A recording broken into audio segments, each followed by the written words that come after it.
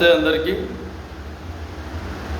రాష్ట్రంలో రాష్ట్ర నాయకత్వం, అధికార పార్టీ, కూటమి ప్రభుత్వం వారు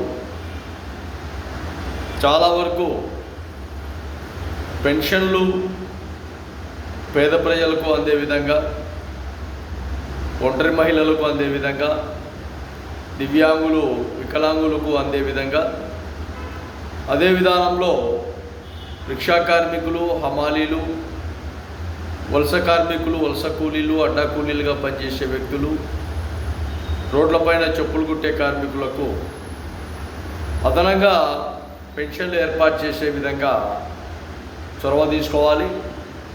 కొత్తగా 2 సంవత్సరాలు పైబడిన కూటమి ప్రభుత్వం కొత్తగా పెన్షన్లు ఇచ్చేదానికి పూనుకున్నా కూడా ఇంకా అవకాశాలు ప్రజలకు సద్వినియోగం చేయకుండా ఇంకా లేట్ ప్రాసెస్ చేస్తూనే ఉంది.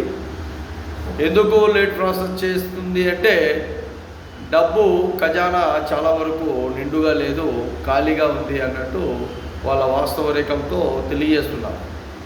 అయితే ఏ వాస్తవ రేఖలు తెలియజేసినా కూడా ప్రజలకు చెప్పిన విధానాలను అమలు చేసే బాధ్యత రాష్ట్ర ప్రభుత్వం తీసుకునే విధంగా చొరవ తీసుకోవాలని కూడా మహాజన రాష్ట్ర సమితి క్లారిటీగా రాష్ట్ర ప్రభుత్వానికి, కూటమి విధి విధానాలకు తెలియజేస్తున్నాం.